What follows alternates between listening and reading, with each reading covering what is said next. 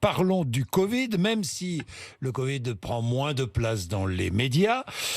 Mais il est bon de faire le point, à la fois sur l'épidémie et faire le point sur la vaccination. Est-ce que la situation sanitaire s'améliore plus vite que vous ne le pensiez ? Franchement. Non, franchement, non. La situation s'améliore, heureusement, puisqu'il y a quand même eu des mesures de freinage qui ont été mises en place ces dernières semaines. On ne peut pas, malgré tout, dire que pour l'instant, la situation sanitaire est vraiment très bonne, puisqu'on a encore beaucoup de personnes hospitalisées. Beaucoup de personnes hospitalisées en réanimation, et des services de réanimation, exactement, qui sont encore en tension. Donc on est bien au-dessus de la capacité de réanimation dévolue au Covid, parce qu'il faut savoir, on en a beaucoup parlé ces derniers temps, qu'à côté des personnes Covid en réanimation, il y a tout le reste, et le reste, eh bien, c'est beaucoup de personnes non Covid qui doivent bénéficier de soins en réanimation.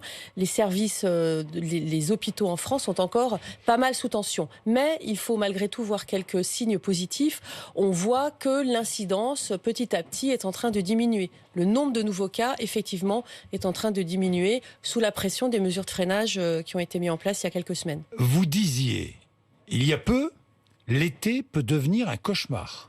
Alors l'été, effectivement, peut devenir un cauchemar. Vous dites toujours la même chose ce matin. Ah bah tout à fait. Les choses n'ont pas changé depuis quelques jours. On sait, on a pu modéliser ce qui risque de se passer en fonction de différents paramètres, que ce soit par exemple l'incidence, donc l'incidence des nouveaux cas, mais également l'intensité de la vaccination. Et on voit bien que la grosse variable d'ajustement dans cette équation qui va nous permettre de passer un bon été ou pas, ça va être la vaccination, et puis ça va être bien sûr les comportements individuels de chacun, respect des gestes barrières, etc. Alors,